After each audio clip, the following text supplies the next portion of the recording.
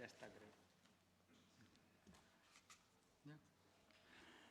Hola, buenas tardes a todas y a todos. Estamos aquí en el Ateneo La Maliciosa para presentar el libro El cambio climático en 10 mercancías, escrito por el colectivo Contra el Diluvio, un colectivo que empezó en el 2017, personas que venían de luchas distintas, de otras luchas y otros momentos, y que coincidieron en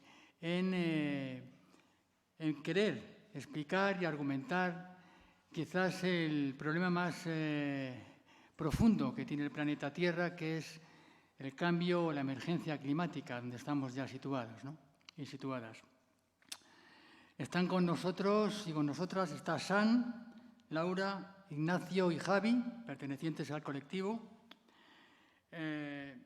Y bueno, es un libro editado por Libros en Acción, que es la editorial de Ecologistas en Acción, una organización que lleva pues, muchos años luchando contra el cambio climático, como es lógico, y que vimos en este libro un itinerario muy pertinente, ¿no? Un libro, digamos, iniciático en el sentido de que está muy bien argumentado, pero es sencillo de leer, es decir, a través de 10 mercancías, es decir, hablamos del mercado, en este caso, del capitalismo, también en este caso, se expresa y se explica muy bien las consecuencias del cambio climático, ¿no? Es un libro breve, apenas unas 100 páginas, pero creo que muy clarificador, ¿no? En cualquier caso. Este itinerario pertinente plantea... es un itinerario pertinente que puede, además, abre otros itinerarios mucho mayores, ¿no? Es decir, que a partir de lo que van a contar ellos y ellas se pueden abrir muchos más caminos, ¿no? Y algunos terroríficos, realmente, ¿no? Este libro plantea conflictos y procesos, y no solamente hay una crítica consciente al capitalismo, ¿no? Sino que también abraza pequeñas alternativas posibles, ¿no? Que se podrían derivar en un futuro cuanto antes mejor, ¿no? Tal y como está la situación, ¿no? Yo he recopilado algunas palabras, algunos términos que aparecen dentro del libro y que creo que definen, ellos lo explicarán, lo argumentarán más profundamente, de qué va, ¿no? Incertidumbres, amenazas, redistribución, justicia social, prioridades, vulnerabilidad, poderes políticos y económicos, distancias y diferencias, la renta básica, la clase trabajadora, que es transversal en todo el libro. Es decir, aquí esto es un libro donde también se habla de clases, donde los pobres, los más vulnerables, son los que más sufren el cambio climático, ¿no? Y creo que esa era un poco la idea principal del libro, ¿no? Se habla también como decía, de espacios comunes, de individuos y colectivos, de mataderos y cadenas de montaje, de especulación, fundamentalmente inmobiliaria, de tecnología, de corporaciones, de sanidad, de mercados y de explotación, de mucha explotación, quizás demasiada, ¿no? Todo ello desde 10 mercancías que explican y corroboran la crisis ecosocial en la que vivimos, ¿no? Mercancías que se han ido acomodando a nuestros hábitos, a nuestras costumbres, a nuestra vida cotidiana. Creo que una de las cosas interesantes del libro es que a través de cosas en las que estamos inmersos todos y todas, las consecuencias son el cambio climático y la emergencia climática, ¿no? Creo que es un libro muy clarificador en ese sentido, es decir, no es un ensayo científico, sino simplemente creo que es algo que todos estamos viviendo, ¿no? Diariamente y de la que difícilmente nos podemos escapar. Algunos y algunas lo hacen o siempre conocemos gente que está metido en eso, ¿no? Prácticamente la mayoría de la población mundial, ¿no? Y además sin apenas darnos cuenta, es decir, lo hacemos casi de una forma inconsciente, aunque el poder es consciente de lo que está haciendo con nosotros y nosotras, nosotros lo hacemos de una forma inconsciente. Bueno, hace falta un esfuerzo individual, pero también colectivo, es lo que también quiere explicar el libro a la vez. Y planificación, porque realmente las pequeñas revoluciones hay que planificarlas igualmente, pero son urgentes, muy urgentes, ¿no? Para poder al menos vislumbrar un futuro, si no perfecto, por lo menos más amable y más querible, ¿no? Evidentemente también se habla al final de la utopía, es decir, pero la utopía, como se ha dicho miles de veces, hay que hacer el camino para llegar a ella, ¿no? A veces la utopía no existe, no todo puede ser perfecto, más en el sistema capitalista en el que vivimos, difícil de eliminar de momento, pero creo que la utopía se hace haciendo el camino, ¿no? Entonces no se trata de encontrar la utopía, sino de caminar hacia ella, porque el futuro no solo es nuestro, sino fundamentalmente de los que vendrán, ¿no? Agradeceros que estéis aquí y vamos a dar paso ya a parte del colectivo que ha estado aquí y que está aquí ahora para explicarnos y profundizar sobre estas 10 mercancías, que no deja de ser el capitalismo más feroz en el que todos y todas estamos insertos de alguna u otra manera, ¿no? Y eso tiene unas consecuencias, y consecuencias además graves, muy graves, ¿no? Y cada día más. Bueno, pues doy la palabra a Ignacio para que, bueno, nos empiece a contar un poco de qué va el libro. A ver, si no rompo un vaso para empezar. Vale, a ver, ahí, sí. Bueno, gracias Valentín. Bueno, antes de nada, pues muchísimas gracias a La Maliciosa por invitarnos a presentar nuestro librito. Por supuesto a Valentín, a Miguel, a Belén y a Libros en Acción, que por darnos la oportunidad de escribirlo. Aunque el libro salió en abril, no nos habíamos puesto todavía a presentarlo, entonces, bueno, esa es la presentación oficial y pues es un honor poderlo hacer aquí, en este espacio, con vosotros y con vosotras. Querría comenzar hablando del nacimiento del libro, de cómo y cuándo se escribe, y luego comentaré muy brevemente las bases de las que parte y unas pinceladas del contenido. Después, mis compañeros y compañeras incidirán en varios de los aspectos e ideas transversales que lo atraviesan. Creo que seremos bastante breves, así que pues, luego podemos charlar un poco si queréis. La idea de este libro surge algo antes de la pandemia, cuando Belén Gopegui ve una charla de nuestro compañero San y se le acerca para decir que nos leía y nos seguía y que querría hacer algo con nosotros, lo cual, como comprenderéis, pues, nos llenó de orgullo y satisfacción. Resulta que Belén está en el Consejo Editorial de Libros en Acción, que es la editorial de Ecologistas en Acción, como ha comentado Valentín, y nos ofrece escribir un libro con ellos y ellas.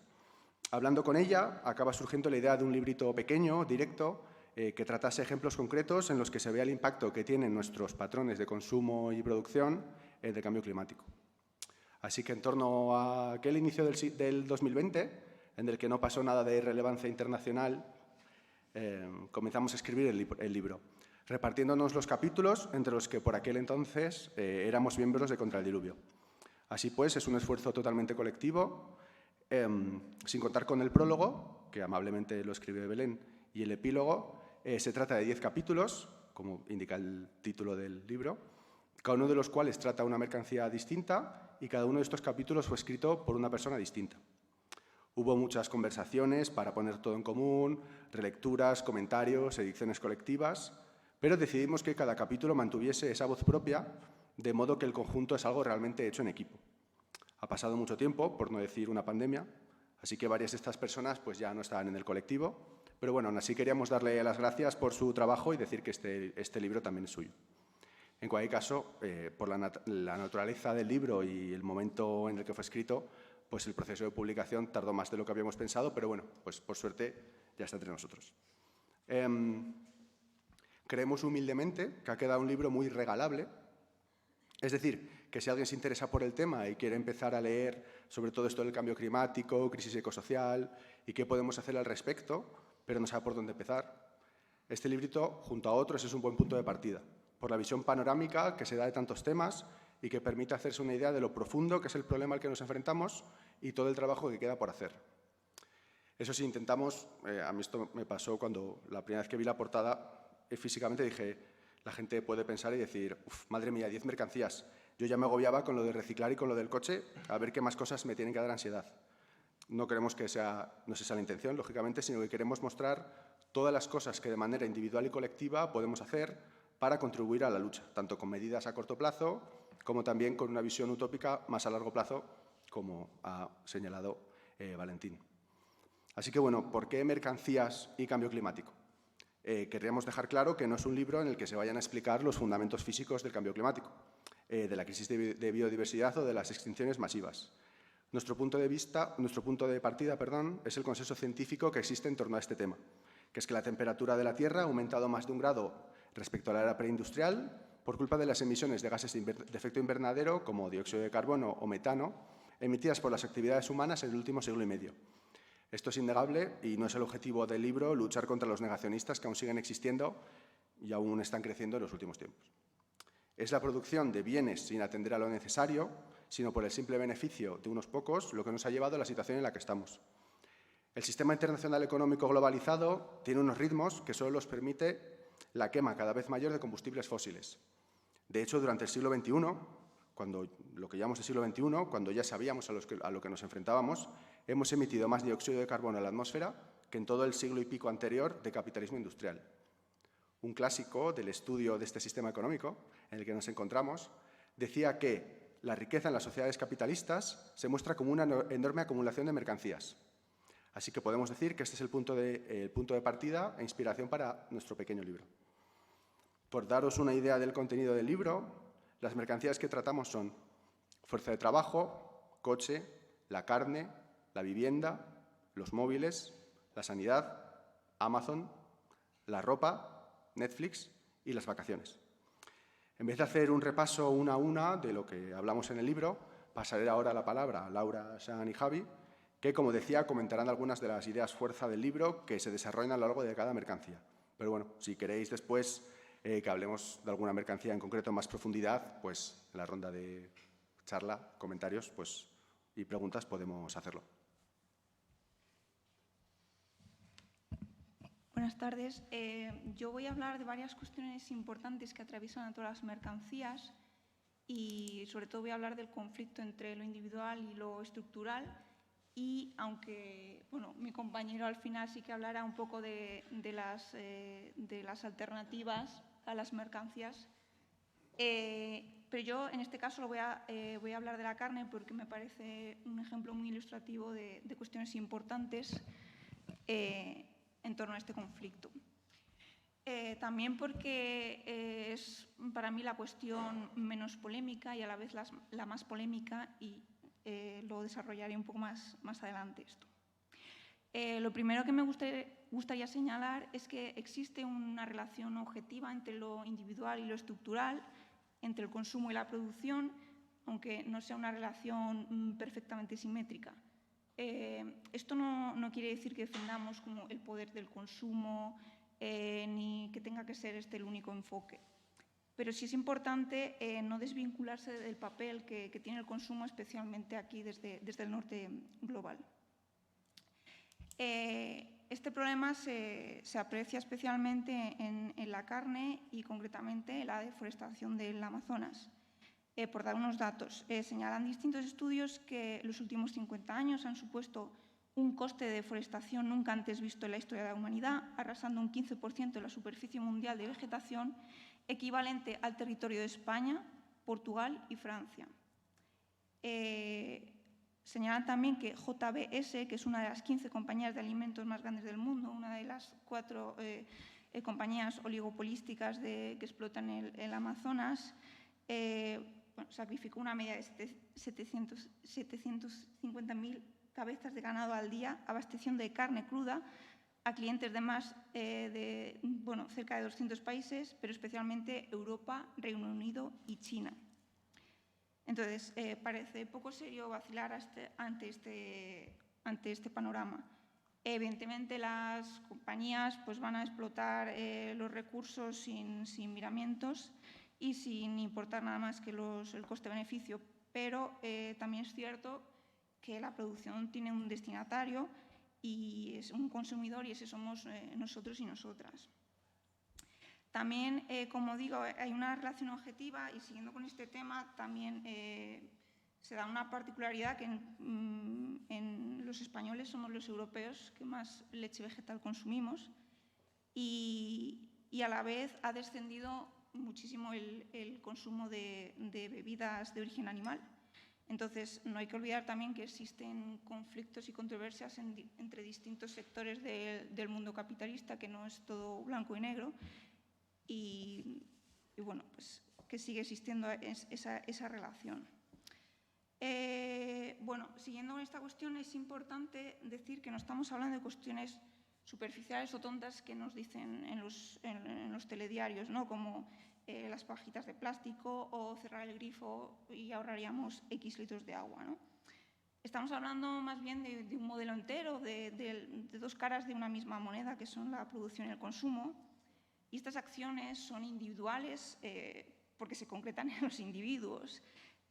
Son acciones que están atravesadas por el consumo de mercancías, y esas mercancías esconden un estatus, unas aspiraciones, unas fobias, en definitiva, esconden toda una socialización, una vida conectada profundamente a lo estructural.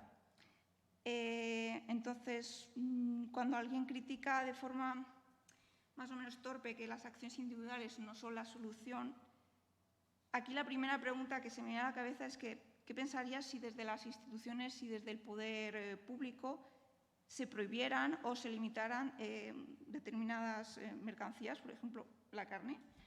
¿Se aceptaría sin más? Bueno, pues podemos imaginar la respuesta simplemente recordando lo que pasó con el ministro de Consumo, Alberto Garzón. Está hablando de unos consensos mínimos, de unas recomendaciones que llevan décadas siendo pacíficas.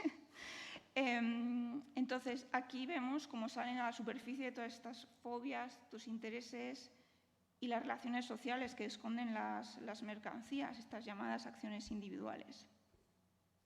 Otra cuestión que quería comentar es que hay que atender al carácter universalizable de lo que consumimos. Este concepto creo que es originario del filósofo marxista Wolfgang Hartig, que habla de esto en su obra de Comunismo sin crecimiento, y podéis encontrar también material en nuestra web, varios textos y entrevistas suyas que habla de socialismo, ecologismo, decrecentismo.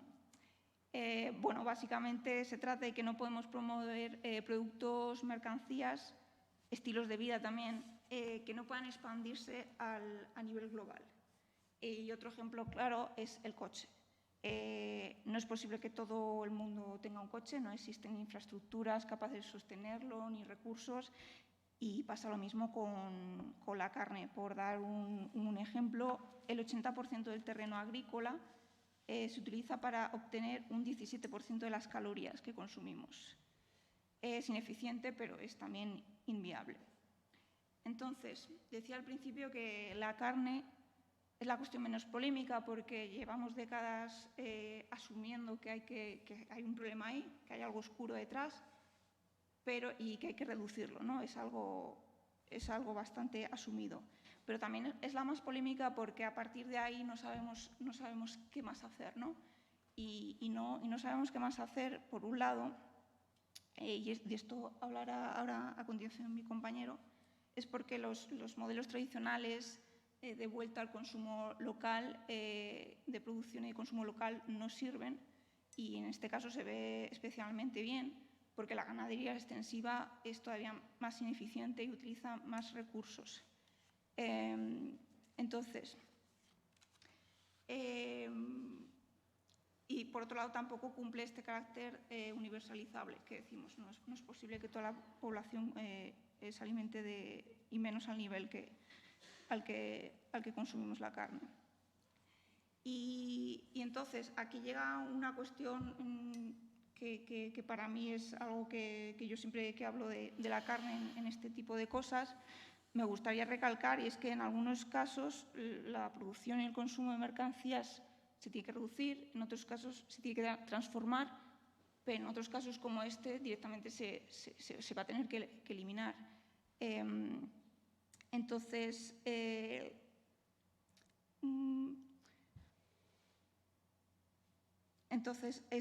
otro ejemplo podría ser el coche,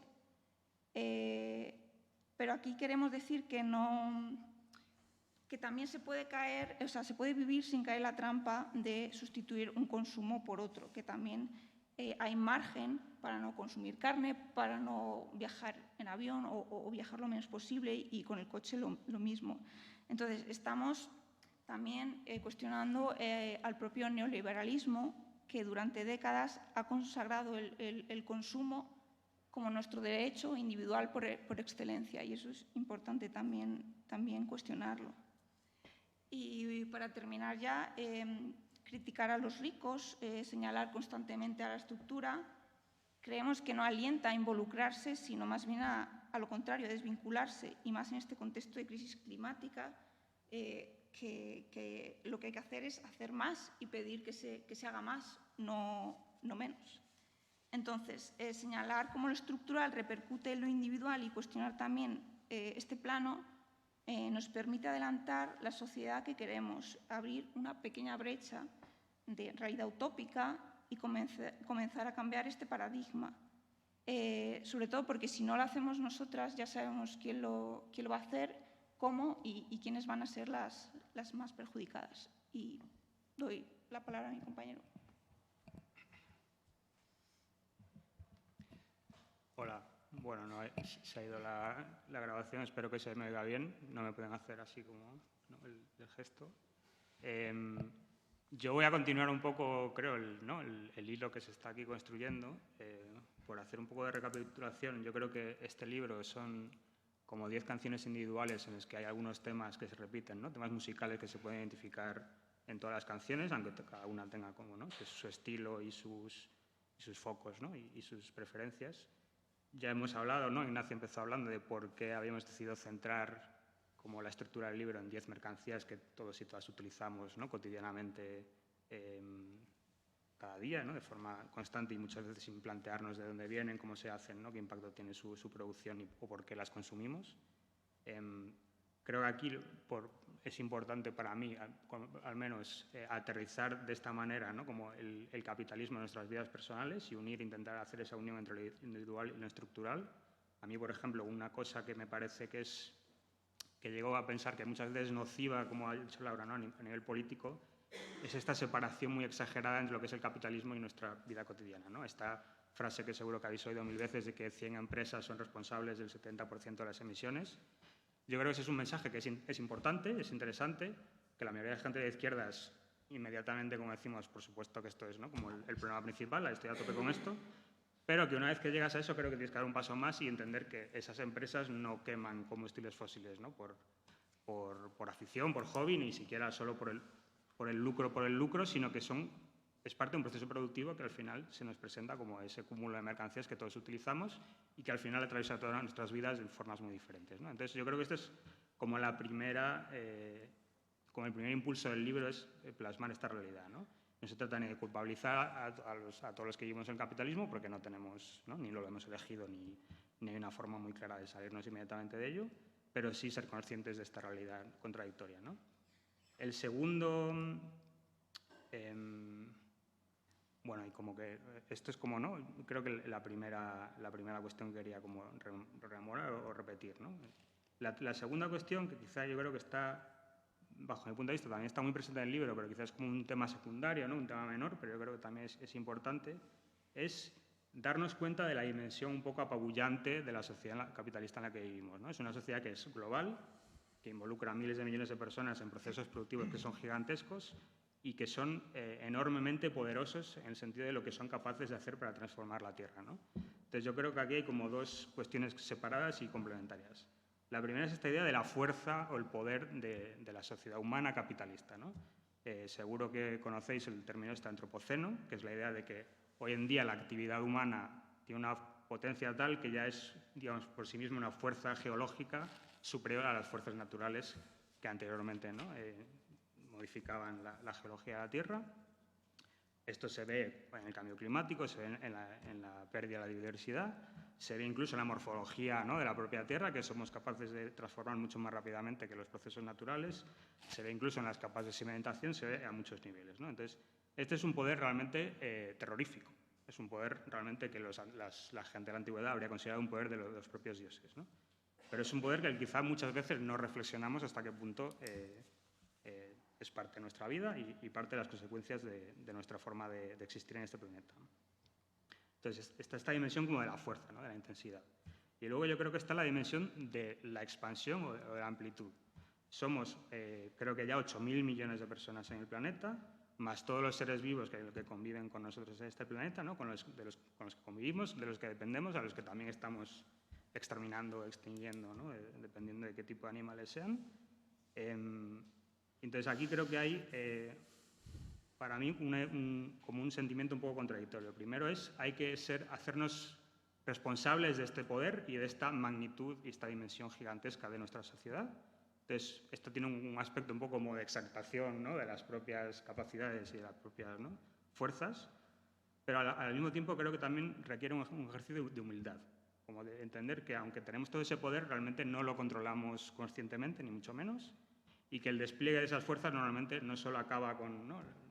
las condiciones de posibilidad de nuestra vida, sino con las condiciones de posibilidad de muchos seres vivos en este planeta. Entonces, es como una fuerza un poco que no somos capaces de controlar y que requiere humildad y requiere, yo creo que un principio de precaución a la hora de planificar las cosas que queremos hacer, de decir, bueno, tenemos mucho poder, pero tampoco sabemos controlarlo muy bien, así que si no estamos seguros de lo que va a pasar, quizás es mejor, ¿no? hacer menos en algunos sentidos o intentar controlar pues eso, ¿no? esas fuerzas un poco incontroladas. Entonces, después de esta introducción, yo creo que yo voy a intentar ser muy breve, solo para mí esta idea tiene una aplicación política más o menos inmediata, ¿no? Y yo hace tiempo aprendí que cuando uno hace como, ¿no? su postura política está bien como intentar ser lo más claro posible para que si te quieren criticar, te puedan criticar, ¿no? muy directamente. Entonces, para mí hay una parte que es como innegociable, que yo creo que es una cuestión de principio y que si alguien no comparte conmigo seguramente sea difícil como que nos pongamos de acuerdo en nada. Y luego hay otra parte que es un poco más como, ¿no? pues que yo no tengo muy claro lo que hay que hacer o como que me parece que no está, ¿no? que nadie lo tiene muy claro y que pues, podemos experimentar y puede haber un desacuerdo más o menos razonable, ¿no? sobre lo que hacer. Entonces, para mí la parte innegociable es que creo que la política progresista hoy en día debe hacerse cargo de esta dimensión del capitalismo, ¿no? Y debe hacerse cargo en el sentido de que no nos sirven o no me sirven políticas que no digan qué hacemos con esta sociedad tal y como existe, con los 8.000 millones de personas, qué transformaciones son necesarias para que todas esas personas y seres vivos puedan llevar vidas dignas, ¿no? con justicia social, intentar minimizar el daño que estamos haciendo al planeta Tierra y por consecuencia a nosotros mismos y a nosotras mismas. Entonces, para mí esto es como una cuestión de principio. Yo creo que es la esencia de la política progresista, ¿no? Intentar que sea lo más amplio posible tu proyecto político en el sentido de que incluya a la mayor cantidad posible ¿no? de seres vivos.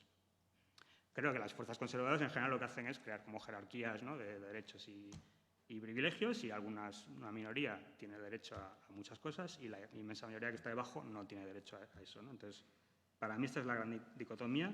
Creo que hay que huir un poco de estas tentaciones que a veces son un poco incluso aristocráticas, ¿no? de las pequeñas soluciones, pues, como decía Laura, ¿no? quizá que solo sirvan para pequeños grupos de personas, locales, que sean como un escapismo, ¿no? de la sociedad tal y como existe hoy en día, porque no renunciamos un poco a transformarla y lo único que pensamos es cómo podemos salvar pues, a nuestros amigos, a nuestras familias o ¿no? a nuestras pequeñas comunidades. Entonces, esta es la parte para mí negociable. La postura que creo que es como más controvertida es cómo se hace esto, ¿no? Yo no sé hacer esto, creo que hoy en día nadie sabe muy bien cómo se hace. Creo que el libro, al explorar el mundo capitalista en esas 10 mercancías, pues intenta, ¿no? hacer propuestas de cómo podríamos alimentar a 8.000 millones de personas, ¿no? cuidar a 8.000 millones de personas, calentar en invierno a 8.000 millones de personas, enfriar en verano a 8.000 millones de personas, transportar a 8.000 millones de personas, etc. ¿no? Entonces, yo creo que esto es uno de los impulsos desde el principio contra el diluvio, es cómo hacer esto en el planeta tal y como existe hoy en día, cómo buscar fórmulas que sean universalizables, como decía Laura, que puedan, al menos en principio, ¿no? porque todos sabemos que el mundo hoy en día está dividido de muchas formas y que casi ninguna cosa que se hace inmediatamente, ¿no? todo el mundo puede disfrutar de ella, pero que al menos en principio sea posible, ¿no? porque si ya de partida es imposible por la propia naturaleza de la propuesta, pues entonces creo que vamos mal. Algunas cosas que hacemos hoy creo que son posibles universalizarlas con algunos cambios, otras creo que son imposibles y creo que una postura progresista y demócrata implica que tu propuesta política de alguna forma renuncia a eso, ¿no? Al menos tendencialmente, pues no todos vamos a abandonar el coche de la noche a la mañana, pero quizá en algunos, ¿no?, años, décadas o siglos, o lo que sea, debemos ser capaces de imaginar una sociedad en la que no todo el mundo necesite tener, ¿no?, o una gran cantidad de gente necesite tener un coche personal para moverse de un sitio a otro. Es un ejemplo tonto como puede haber muchos otros, ¿no? Aquí hay, creo, mi sensación es que en algunas propuestas del libro, cuando intentamos extender esto a algunas mercancías, quizá chocamos con lo que puede ser el sentir más mayoritario del ecologismo, ¿no? Por ejemplo, creo que no renunciamos completamente a algunas configuraciones tecnológicas que existen hoy en día, como que pensamos que es posible que todo el mundo tenga un teléfono móvil en el mundo. No nos parece que eso sea como, ¿no?, una cosa que haya que renunciar por necesidad. Pensamos que parte de lo que ha hecho o lo que hace hoy en día Amazon en el sentido de ser una especie de organizador, ¿no?, de las necesidades, como recibir las necesidades de la gente y ser capaz, ¿no?, de organizar la producción y el transporte de mercancías, como que eso puede ser recuperable en una sociedad que no sea, ¿no?, capitalista, una sociedad emancipada que use tecnologías de ese tipo para intentar, ¿no?, hacer una planificación social de ciertas necesidades fundamentales, no de todas seguramente, pero al menos sí de las fundamentales. Pensamos que cosas, ¿no?, como Netflix, en el sentido de que podamos acceder. Netflix yo creo que aquí funciona un poco quizá como metonimia de Internet, ¿no?, como que en nuestras casas o en algunos lugares podamos acceder, ¿no?, a una librería casi infinita de pues, contenidos educativos, de entretenimiento, etcétera. Creemos que esas cosas son defendibles, que pueden llevar a modos de vida sostenibles y que un poco lo que hay que hacer es sacarlas de las garras, ¿no?, del capitalismo y quedarnos con las partes que son aprovechables y desechar el resto, ¿no? Aquí quizás es una cosa que también es polémica, yo creo que se dice en el libro, es que un poco hay que también sacar de las garras del capitalismo la dimensión global de la sociedad humana. Eso es una cosa que se ha conseguido en los últimos 2 siglos de forma muy violenta, sangrienta, destructiva y, ¿no?, rozando el exterminio total. Pero yo creo, al menos aquí hablo a título individual, es algo a lo que no debemos renunciar. Es algo bueno, yo creo, ¿no?, el intercambio cultural, el comercio incluso, ¿no?, entre diferentes partes del mundo, que la gente pueda idealmente viajar libremente entre cualquier parte del mundo, asentarse donde quiera, etc. Y yo creo que esa dimensión global de la sociedad humana es deseable, es algo bueno por sí mismo. Creo que poco a poco puede derribar barreras, ¿no?, de pues, intolerancia y de desconocimiento de otras personas en el mundo.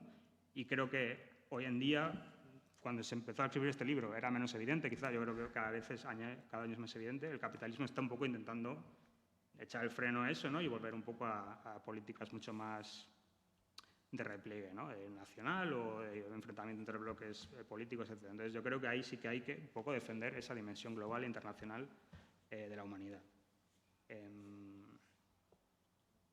Y me parece que sí, tengo una última provocación, perdón, y ya me callo.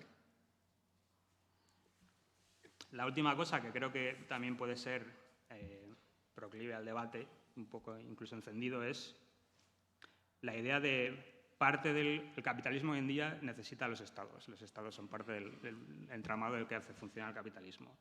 Y no solo para organizar la propia producción capitalista, sino también muchas funciones que son, digamos, deseables, ¿no?, como la sanidad pública y cosas así, que son parte de un proceso de lucha de muchas décadas. Creo que hacerse cargo de esta dimensión de la sociedad tal y como existe hoy en día también significa hacerse cargo de todo ese funcionamiento, ¿no?, porque es fácil imaginar como una abolición instantánea de algunas de estas cuestiones, pero a mí me parece difícil imaginar esa abolición sin que lleve casi inmediatamente a ciertas catástrofes humanitarias, ¿no? Entonces, aunque queramos transformar estas realidades de forma muy profunda, creo que debemos hacerlo de forma responsable, como decía, humilde, con un principio de precaución y proponiendo futuros deseables y positivos, pero que transiten desde donde estamos hoy en día a donde queremos ir y que en cada paso, ¿no?, de todo el camino no dejemos a nadie de lado y nos hagamos, pues como he dicho, cargo de las realidades en las que vivimos. Entonces yo creo que hoy en día el Estado y las políticas institucionales son parte de eso y debemos también tener una presencia ahí y hacer conocer nuestras políticas ahí, intentar influir en la medida de lo posible ahí, a la vez que influimos en todas las demás luchas, ¿no?, sociales en todos los demás espacios. Entonces, bueno, ya me callo. Yo creo que estas son como, ¿no?, algunas de las implicaciones políticas de esta idea de, ¿no?, la dimensión global y un poco terrible del capitalismo y de la crisis climática. y luego, si queréis, debatimos y hablamos de lo que os apetezca. Bueno, vaya movida el cambio climático.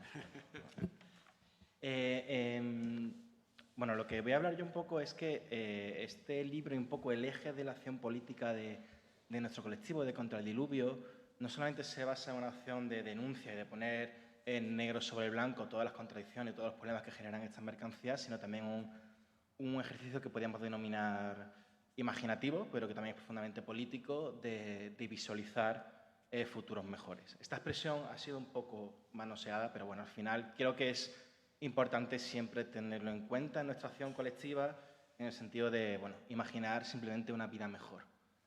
Muchas veces cuando hablamos de estas mercancías no podemos evitar utilizar cierta lógica de sacrificio, ¿no? Ya no podremos coger coche todos los días, ya no podremos consumir carne, ya no podremos ver Netflix, no sé.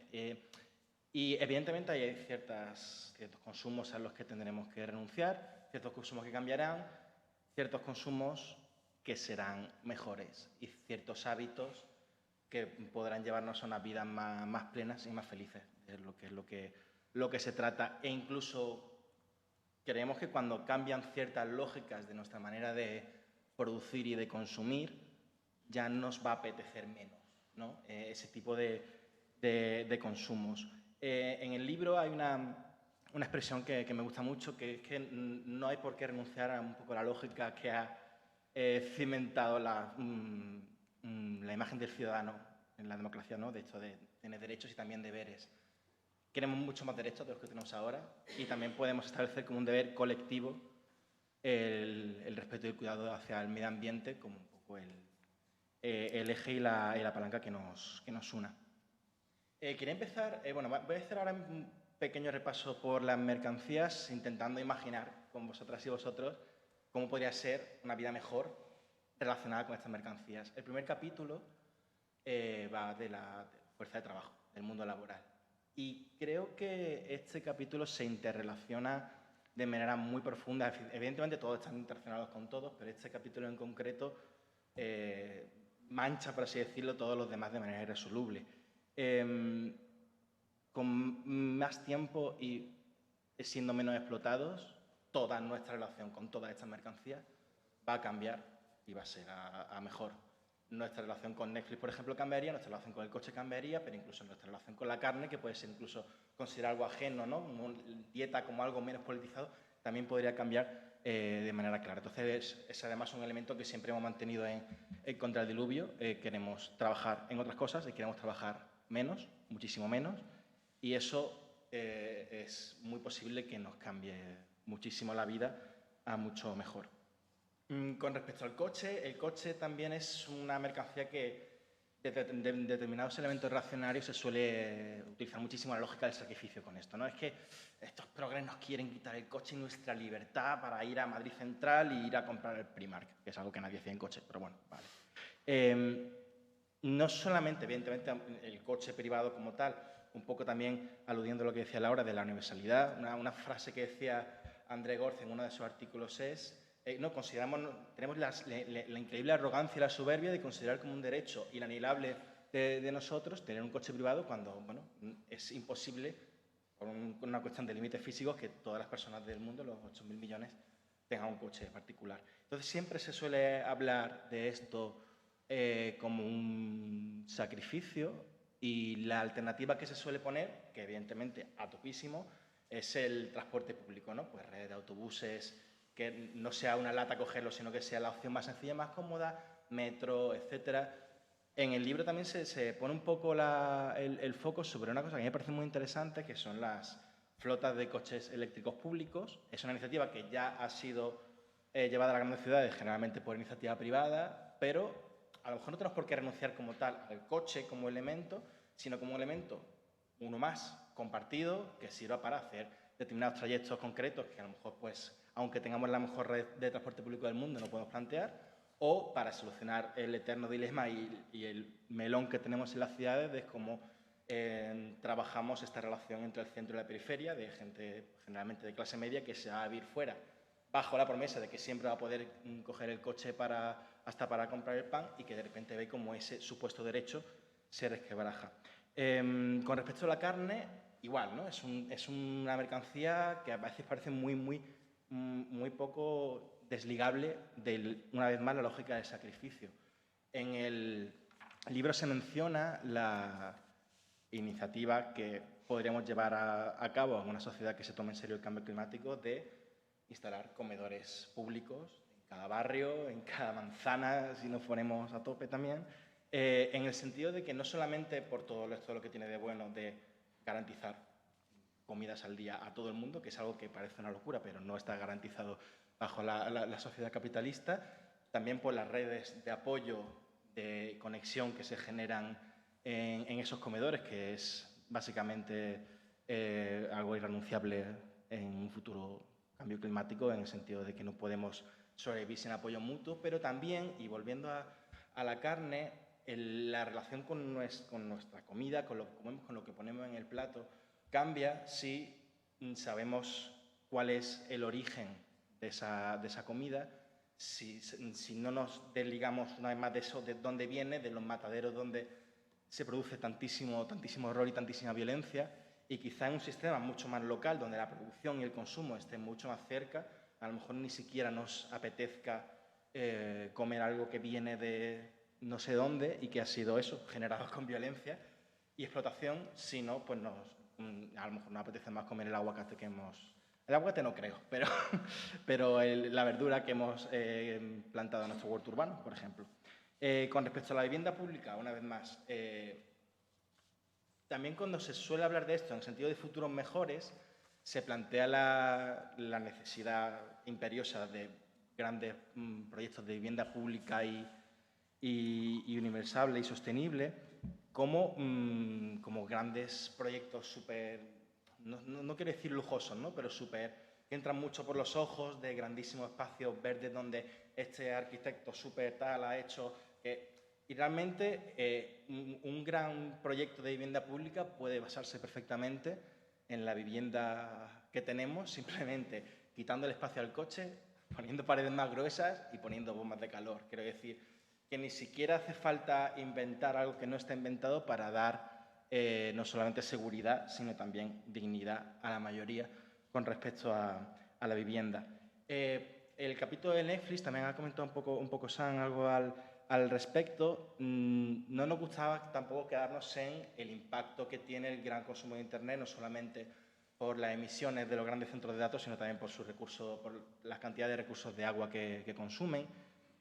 Una vez más, volviendo al principio, una sociedad en la que trabajemos menos, tenemos más tiempo libre, más tiempo para disfrutar, más tiempo para quedar con nuestros amigos, más tiempo para pasar al aire libre, más tiempo para descansar, es una sociedad en la que el consumo, muchas veces que tenemos casi impulsivo y con una necesidad de evasión de nuestro día a día, de las series en lotes de 12 en 12 capítulos, a lo mejor cambia también. Y hay una idea también en este capítulo que me parece súper interesante, súper potente, que es la que viene a decir que los trabajos verdes, como solemos considerar a trabajos que vamos a tener que seguir haciendo, que serán evidentemente en mejores condiciones, pues para arreglar el follón en el que nos hemos metido, no tiene que ser solamente el musculoso fornido obrero que pone paneles solares o que levanta grandes centros de renovables o lo que sea, sino que también puede ser el trabajo cultural considerado un trabajo verde. Y además esto creo que nos llevaría también a otro tipo de cultura en la cual, pues ahora mismo, bajo las lógicas actuales, determinada gente muy concreta en la que tiene la capacidad para hacer películas, para hacer series, para escribir libros, no sé, es un poco más accesible, pero y al final es su visión del mundo, que es muy particular, la que al final se lleva al gran consumo de masas. Al final, considerar el trabajo cultural un trabajo verde significa que gente de otra clase social, con otros puntos de vista y con otro potencial transformador, puede empezar a generar cultura y a consumirla también de otra manera. Ya para terminar, a mí con estas cosas de plantear futuros mejores y utopías, otro tipo de vida, la buena vida, etcétera, siempre me sugieren varias dudas que no tengo todavía, o sea, que no tengo la respuesta, creo que nadie la tiene en concreto, pero que es bueno plantearlas por si se nos ocurre algo nuevo de vez en cuando.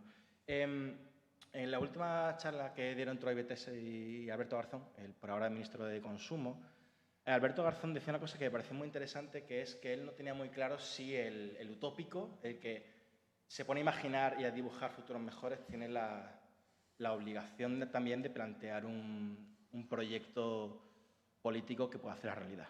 Yo creo que en parte sí, pero que también en parte creo que el propio hecho de imaginar y de tener en la cabeza otro tipo de vida también tiene un potencial político en sí mismo pues, muy poderoso. Y también porque a veces parece que está todo muy lejos y, como decía una persona que os sonará, que es Lenin, hay décadas donde no pasa nada y semanas donde pasan décadas. Y hay muchos cambios que de repente parecen imposibles y de repente todo cambia y son más cercanos. A veces que no, hay veces que parece que va a haber un cambio muy inminente y de repente hay una reacción en contra. Tampoco quiero ser súper optimista porque esto no pasa, ¿no? Por ejemplo, en una de las propuestas más ambiciosas y más originales creo que hay en el libro, es la que intenta, bueno, como ha comentado Sam, reconvertir a Amazon en un sistema público de intercambio, ¿no? Pues una Amazon a lo mejor nacionalizada o en propiedad de sus trabajadores o lo que sea, podría seguir manteniendo esa necesidad que creo que vamos a seguir teniendo en cualquier futuro utópico de intercambiarnos cosas, de mercancías. Y esto tuvo un reflejo, evidentemente, moderado, porque estamos en donde estamos, con la crisis del COVID, cuando ciertos sectores, que además tuvieron cierto eco en el Partido Demócrata de Estados Unidos, propusieron directamente nacionalizar Amazon en el contexto de emergencia sanitaria para repartir vacunas, ¿no? Son ideas que de repente parecen muy peregrinas y de repente cambia todo. Y también digo que no hay que ser demasiado optimista porque, bueno, a veces se producen terremotos que parece que van a generar grandes cambios estructurales y luego, pues no, o tenemos una reacción en contra que no vimos venir, ¿no? Por ejemplo, el tema de la sanidad, que también es otro de los capítulos que se aborda en el libro. Todos estábamos en la crisis del COVID muy confiantes de que esto iba a cambiar de repente todo y que iban a reforzarse las plantillas y se iba a apostar por la salud pública, por la epidemiología, íbamos incluso a plantearnos otra manera de coexistir con otros seres vivos para evitar zoonosis, etc. Y bueno, no solamente esto no ha pasado, sino que tenemos también incluso una ofensiva de los seguros de salud privados para ganar más terreno en el mercado, ¿no? Entonces, bueno, evidentemente tenemos muchas dudas y pocas certezas y es una pelea diaria, pero yo creo que también es que no nos queda otra que seguir peleando. En realidad, también un poco por, ya incluso volviendo al aspecto individual de la lucha climática, pues qué tipo de personas queremos ser y qué tipo de legado queremos dejar. Y para terminar, queríamos acabar la charla con una cita que encontró el amigo Ignacio, de André Breton, que bueno, era un libro sobre... ¿sobre qué era? Sobre los comunes. Rimbaud y la comuna. Eso es, la comuna de París, es verdad, efectivamente. Sí. Que venía, la cita de Breton decía: hay que transformar el mundo, dijo Marx, hay que cambiar la vida, dijo Rimbaud, y entre estos dos lemas para nosotros son uno solo: transformar el mundo y cambiar la vida a mejor. Así que en esas estamos. Y nada, preguntas y muchísimas gracias.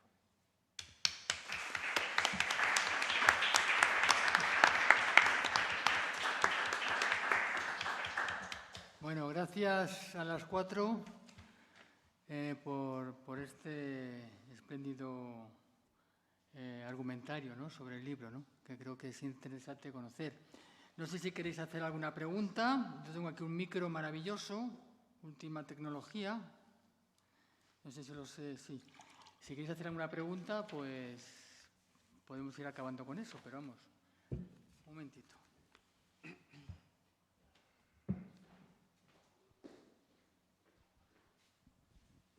Hola, no sé si se oye. ¿Hola? Sí, hola. Bueno, tengo curiosidad por ver el libro y leerlo. Pero claro, cuando estaban hablando me estaba planteando el tema del miedo a digamos, situaciones que se dan situaciones paradójicas en el sentido de que, bueno, todos conocemos la capacidad, a lo largo de la historia reciente, la capacidad que tiene el capitalismo de darle la vuelta a cuestiones que parecen incluso revolucionarias en un principio, ¿no? Y mercantilizarlo y cambiarlo totalmente, ¿no? Entonces, pues sí, por ejemplo, cuando estabas hablando de la posibilidad de que tener menos horas de trabajo, por ejemplo, más tiempo libre, pueda conllevar a una forma de relaciones sociales que mejores en el sentido de que eso lleve a disminuir el consumo compulsivo, ¿no? Entonces, sí, es verdad que el que está agotado toda la semana, de trabajar toda la semana, puede llegar el fin de semana, a lo mejor lo único que tiene ganas es de tirarse en el sofá y consumir pasivamente 20 series de Netflix, como dice él. Y si tienes más tiempo libre, pues tienes más energía, más capacidad para hacer relaciones sociales, otro tipo de cosas, pero puede darse la paradoja de todo lo contrario, o sea, de que el mayor tiempo libre lo que conlleve es una cantidad mayor de ocio mercantilizado y capitalista y todo eso, ¿no?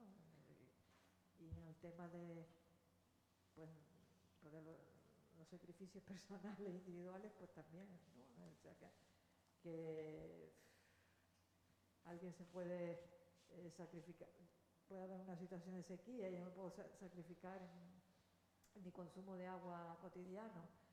Eso mejora y vamos a suponer que lo hace un número elevado de personas, que hay una conciencia social y lo que lleva a lo mejor es que como se consigue ahorrar agua, pues entonces ya que se elimine la prohibición que había de llenar piscinas y entonces mi sacrificio personal lo que ha llevado no es a menor consumo de agua, sino a que los más ricos puedan llenar su piscina, ¿no?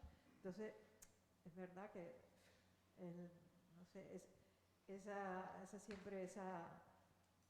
esa vaivén entre lo individual y lo colectivo y además entre, digamos, lo que puede gastar o ahorrar una persona, digamos, con ingresos o gastos elevados o una persona media, digamos, de gastos menores. Vale. Si hay más preguntas, igual parece a ver. Sí.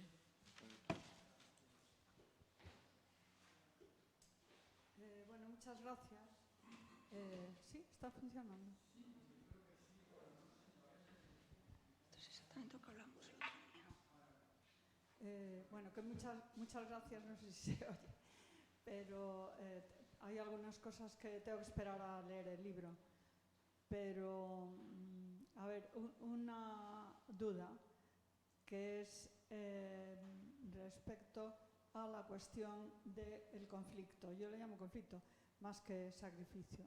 Llevo tiempo trabajando en cosas de educación ambiental y creo que un problema, me parece a mí cultural, si queréis, es la manera en que a veces se presentan algunos cambios que tenemos que realizar como, en fin, no pasa nada. Y hay que ser consciente, pues, de que, por ejemplo, utilizar el transporte público, pues, para alguna gente y en determinadas circunstancias, no penséis únicamente en Madrid, ¿eh?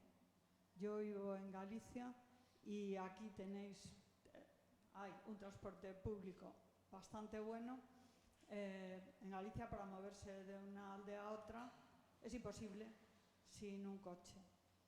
Aunque tengamos uno eléctrico, pues sigue siendo complicado.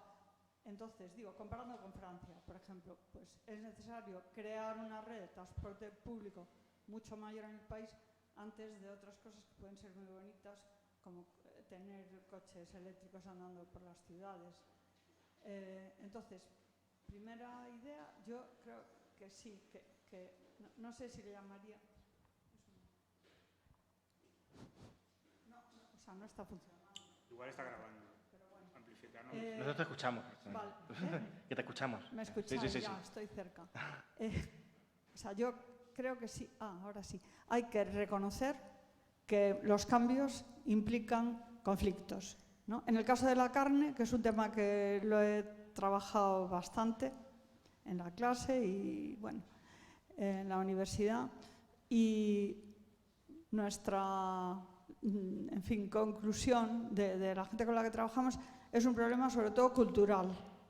Es decir, que muchas personas, y ha habido un cambio en la última década, eso, en España me refiero, pero, o sea, muchas personas aceptan que es un problema para el medio ambiente comer esta cantidad de carne, que es un problema desde el punto de vista del bienestar animal, pero dicen culturalmente yo no puedo renunciar al bocadillo de jamón. Digo el bocadillo de jamón porque mucha gente lo pone como ejemplo. Entonces hay que hacer un trabajo en ese aspecto. Yo no, o sea, quiero decir, no tengo una solución fácil, pero yo sí que creo, pues quiero decir lo que dijo Garzón, aunque luego salió Pedro Sánchez diciendo esa tontería del entrecón, no me acuerdo qué. El chuletón. El chuletón, sí, perdón, sí, hasta lo tengo por ahí en PowerPoint de cosas, de charlas que he dado.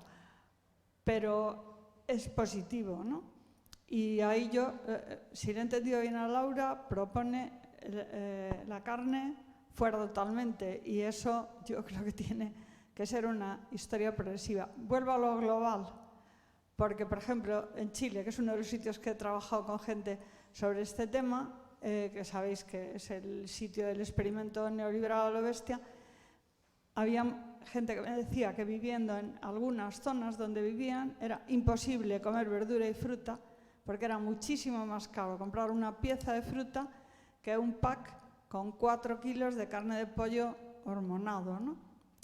Entonces, pensemos que hay contextos difíciles y no sé si consideráis posible pues ir gradualmente, es decir, decirle a la gente, tiene que haber una reducción. Esto de Bélgica, de algunas ciudades, el jueves es un día sin carne, ¿no? Pues, bueno, no sé, ¿cómo lo veis?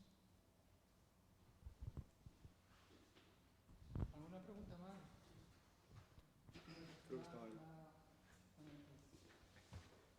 Buenas. Yo te quería preguntar si en el libro aparece la palabra cooperativa y qué pensáis sobre ese modelo.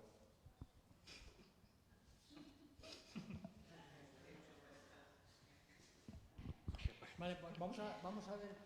Hacemos tres. ¿Lo vamos apuntando? Sí. O lo vais No, apuntando? respondemos ahora y hacemos otra tanda después. Respondemos, vale. Porque Pues si no, responde hasta aquí, vamos vale. a olvidar.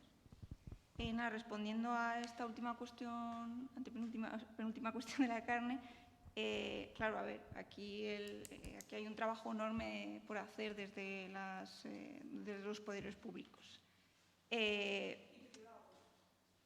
Sí, es un poco lo que he señalado antes, que en los entre propios sectores capitalistas hay muchísimas tensiones bueno, recordando, está pasando en Estados Unidos a lo bestia, pero también en Europa, que los lobbies cárnicos están presionando muchísimo para que no se denominen a determinados productos como carnes, hamburguesas, queso, leche, etc.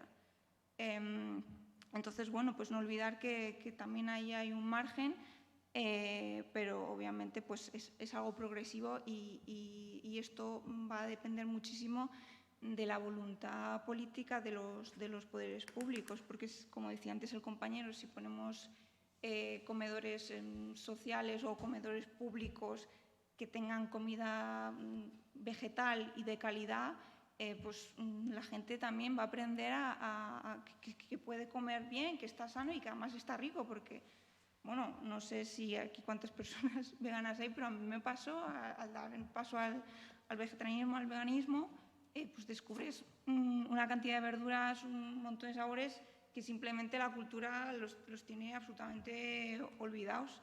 El brócoli es una cosa, las alcachofas, pues no es una cosa muy tal, pero no sé. pues está muy bueno y es muy nutritivo. Entonces sí, obviamente, y yo me he referido más bien al norte global, ¿no? Porque este conflicto, o sea, esta cuestión siempre la trae gente que puede hacer ese cambio. Esto es, como ha señalado, una cosa fundamentalmente cultural. No quiere decir que sea fácil de hacer, pero tiene mucho peso. Entonces, pero hay que hacer muchos cambios profundos a nivel material y es posible, como tú también has comentado, en esta última década. Yo, desde que empecé a ser vegana, no había leches vegetales casi en ningún sitio y ahora en cualquier bar casi, pues, ¿no? Te pueden poner. Pues esas cosas son importantes. Y luego, respondiendo a la primera cuestión, es un debate, por ejemplo, que se planteó con la jornada de semanal de 4 días, que la gente iba como a consumir más y de ocio, pero por un lado creo que no hay que asumir que el capitalismo va a actuar automáticamente de una forma, porque como hemos estado comentando hay muchas tensiones, pero también nosotros tampoco hay que asumir que vamos a actuar automáticamente como lo hemos hecho, porque como decía el compañero, si tenemos semanas en las que, o sea, todas las semanas tenemos puentes de 3 días, yo dudo mucho a nivel económico, a nivel de energía, que toda la gente se quiera ir todos los fines de semana. Lo comentábamos el otro día, a lo mejor lo más probable es que el viernes lo dediques a descansar, el sábado a quedar con los amigos y el domingo a organizar la siguiente semana, ¿no? Y pues una cosa más equilibrada. Y también yo creo una cuestión que subyace a lo largo del libro es que podemos imaginar la vida más allá, y en esta cuestión se ve muy bien, más allá de la producción y del consumo. Hay un margen ahí que hay que explorar y no debemos de olvidar y no debemos de darlo por perdido, porque hay un margen que se puede, más allá del capitalismo, de estas dos caras que estamos comentando siempre, de la producción y el consumo. Bueno, no sé si puedo. Conforme hablabais, he ido anotando alguna cosa, entonces, pues, si no tenemos prisa, pues me enrollo yo también, os he hecho yo el rollo. En línea con lo que ha comentado la compañera respecto a la cuestión de la reducción de jornada, que yo creo que ha salido poco para nuestra obsesión, que es trabajar menos. Yo creo que es un ejemplo de cómo no se puede, o sea, cuando se habla de ecología, cambio climático, crisis ecosocial, cualquier medida de estas, como que no puedes tocar una sola sin tocar nada más, ¿no? Por ejemplo, la reducción de jornada yo creo que es muy buen ejemplo porque va de ida y vuelta, ¿no? Es decir, por un lado, atraviesa todas, un poco como se ha comentado, ¿no? De igual tienes más tiempo para cocinar, cambian tus hábitos de cocina, cambian tus hábitos de, pues igual las vacaciones, igual te las planteas de otro modo, lógicamente igual pues también tendrías más vacaciones, cómo consumes cultura, cómo organizas las labores en tu casa, porque bueno, también hay una dimensión de género que igual no hemos comentado, ¿no? Pero bueno, muchas cosas, pero también al revés, o sea, tiene que ir de la mano de un cambio cultural más amplio en el que yo, pues francamente, es muy posible que al inicio, pues simplemente mañana la jornada de 4 días o las 30 horas, me da igual. Igual de repente durante una semana ves un pico de vuelos que se están comprando en Ryanair. O sea, yo creo que yo tampoco sería, pues igual sí. Pues o sea, es muy probable.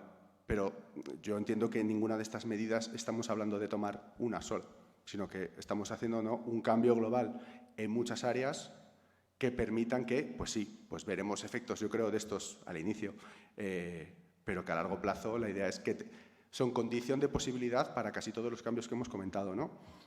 De todos modos, yo pienso que simplemente hay que trabajar menos. O sea, como que incluso aunque perdamos todo y nos dediquemos todos a estar bebiendo sin parar, ¿no? Porque es lo que siempre lo comentamos, como que si tú lees como los argumentos de por qué no dar una jornada laboral de 8 horas o de 10 horas, ¿no?, a los obreros, era como, hombre, es que los obreros pues se van a dedicar a beber y a la vida disoluta, pues vale, pues nos quedaremos con eso. O sea, yo, en ese sentido,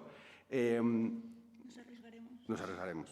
O sea, luego, con el tema de Chile, me lo he apuntado porque el año pasado dimos un seminario, vino Pedro Glatz, que es una persona que trabaja en el Ministerio de Ecología, no sé cuál es el término técnico en Chile, Y si no recuerdo mal de la charla, decía que Chile es uno de los mayores exportadores de fruta y verdura del mundo, por lo menos de fruta. Por favor. Entonces Claro. se genera un problema ahí. Claro. Porque eso pasa con muchos países, como por ejemplo el tema del trigo en Ucrania y tal, o sea, se exporta y no se consume dentro. O las alcachofas alicantinas son todas para Europa, no son casi para España. Y el cerdo español es para China. Sí. O sea, Total, sí. sí. Claro. Sí, o sea, pero como que lo demencial del sistema, ¿no? O sea, como de que claramente... De que cómo es posible que una mercancía que por principio es muchísimo más ineficiente y utilice mucho más recursos sea mucho más inaccesible que todos los granos, que todas las legumbres y todas las frutas. Claro. ¿Qué pasa ahí? ¿Qué subvenciones hay? ¿Qué mercado hay? Y luego... Se ha solucionado. No, desde luego. Claro. No, por eso, o sea, como que es demencial.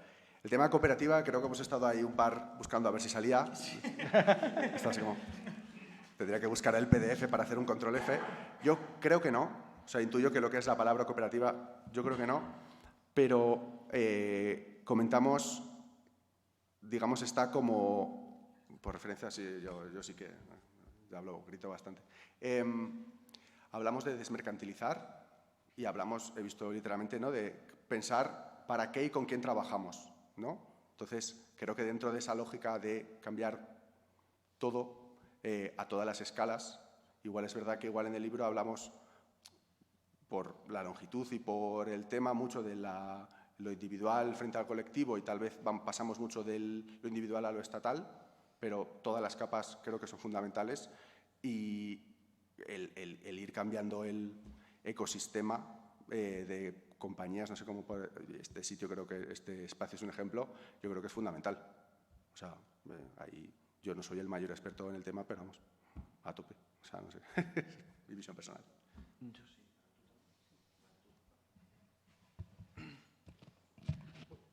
Vale, a ver, empiezo por esto ya, si seguimos. Yo, efectivamente, me he puesto a buscar desesperadamente si salía. Yo creo que no sale. Yo trabajo en una cooperativa, así que yo creo que tengo este problema de que estoy demasiado cerca de algo y tienes como una relación un poco problemática con eso, ¿no? Pero evidentemente si yo trabajo en una, de alguna manera tengo una visión positiva de eso. Yo creo que es un paso adelante el trabajo cooperativo, pero está la típica chapa marxista de que mientras no se cambie, ¿no?, la lógica general de producción y acumulación, al final lo que haces es que en vez de haber un jefe que te explotas colectivamente. Y esto es como un poco mi experiencia, ¿no? Al final el mercado te disciplina como empresa cooperativa y da igual que haya un jefe o que haya 100, hay ciertas decisiones que te fuerzan a tomar aunque tú no quieras, ¿no? Y bueno, pues está todo eso. Yo creo que es algo bueno, pero creo que tiene que ser, como ha dicho Ignacio, ¿no?, parte de un cambio un poco más general y que tiene que haber otras transformaciones necesarias y que no, solo convertir el trabajo en trabajo cooperativo no es como una solución mágica, aunque no creo que casi nadie lo diga, ¿no? Pero bueno, por decir la típica cosa que se dice de esto. Voy un poco hacia atrás. O sea, me ha parecido interesante, yo creo que es...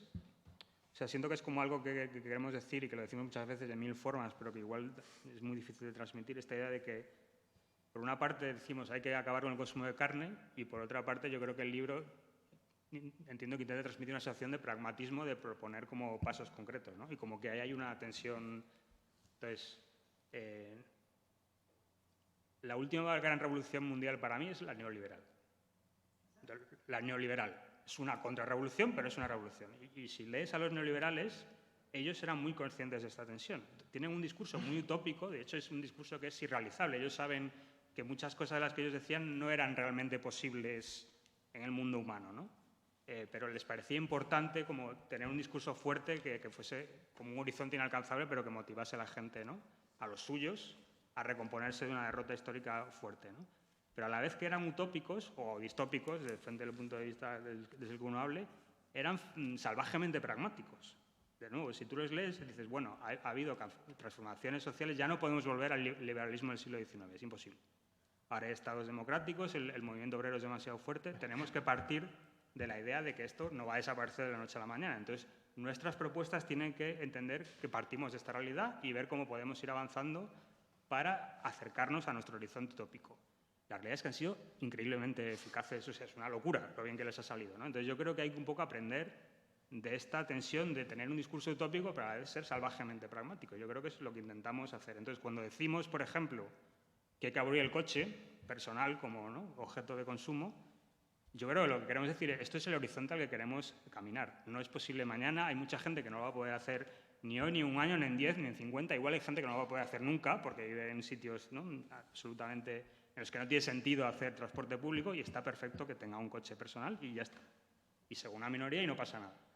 Pero lo que habrá que hacer es ver, ¿no?, en qué sitios en las grandes ciudades hay que movilizar mucho el transporte público para que se cada vez, etcétera, ¿no? Entonces yo creo que todos entendemos esta como que es un discurso que tiene dos caras, ¿no? Y a veces hay que tener un discurso como muy expansivo y agresivo y utópico y un poco esta persona que dice, ¿no?, es imposible que hagamos esto, y en otros contextos hay que ser salvajemente pragmático. Y las dos cosas son parte de una misma estrategia política. Entonces yo creo que esa es como un poco la trampa de esta un poco a veces contradicción en el discurso.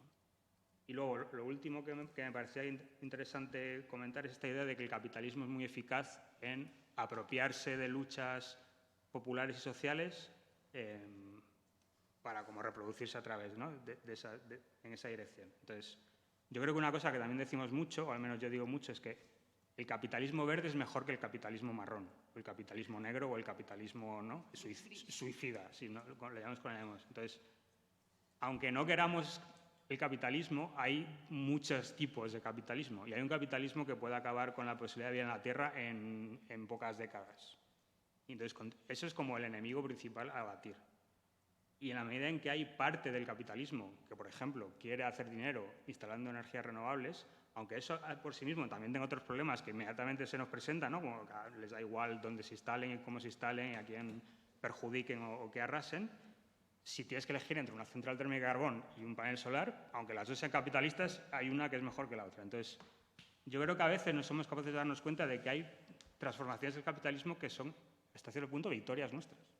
Hemos forzado al sistema a buscar escapatorias para que no seguir por el mismo camino que el que iba, y en vez de ir por el suicidio express, pues va por el suicidio un poco más, ¿no?, lento, que te da alternativas de seguir luchando y seguir buscando, ¿no?, nuevas transformaciones. Entonces, eso es lo primero. Y lo segundo es que, creo que ya lo ha comentado Laura, lo ha comentado Ignacio, el tema de que puede haber victorias que inmediatamente lleven a que nos adentremos todavía más en las lógicas capitalistas, ¿no?, como lo del reducir la jornada de trabajo. No solo la lucha por la reducción de la jornada de trabajo es la lucha primigenia del movimiento obrero, es como literalmente la primera cosa que organizó a toda la clase trabajadora internacional fue no trabajar 15, 14, 12, 13 horas, ¿no?, diarias, fue las 8 horas diarias, que tardó muchísimas décadas en conseguirse. Esto también fue una mezcla de discurso utópico y pragmatismo salvaje, no se consiguió de la noche a la mañana. También se decía que les llevaría como eso, a la bebida, ¿no?, a la vida disoluta, etcétera. Puede que fuese verdad en algunos casos, yo creo que es un poco relevante, yo creo que en general ha sido una gran victoria colectiva y social, y hoy en día se dan las condiciones de posibilidad para avanzar más y trabajar, pues, lo que sea, ¿no?, 6, 5, 4 horas al día y repartir los frutos de un siglo y pico de ganancias de productividad, ¿no? Lo que pasa que yo creo aquí, y por enlazar y ya termino con el tema neoliberal, yo creo que nos pasa que hemos olvidado, porque no lo he dicho, y que es como, yo creo que cuando, esto lo dijo Troy, creo, y esto se lo hemos robado a Troy, cuando los neoliberales empezaron a escribir su doctrina, su estrategia política en los años 40, lo que hicieron fue inspirarse en las luchas socialistas de hacía 30, 40, 50 años. Pero esta gente nos ha ganado, ¿cómo nos ha ganado? Y empezaron a estudiar, ¿no?, cómo se organizaban los institutos laboristas, qué estrategia política tenían. Y ahora han ganado, y creo que tenemos que aprender a través de ellos las cosas que ya hemos hecho nosotros antes, ¿no? Es una cosa un poco extraña, pero, por ejemplo, lo que decía Javi de ningún derecho sin deber. Esto es la letra internacional.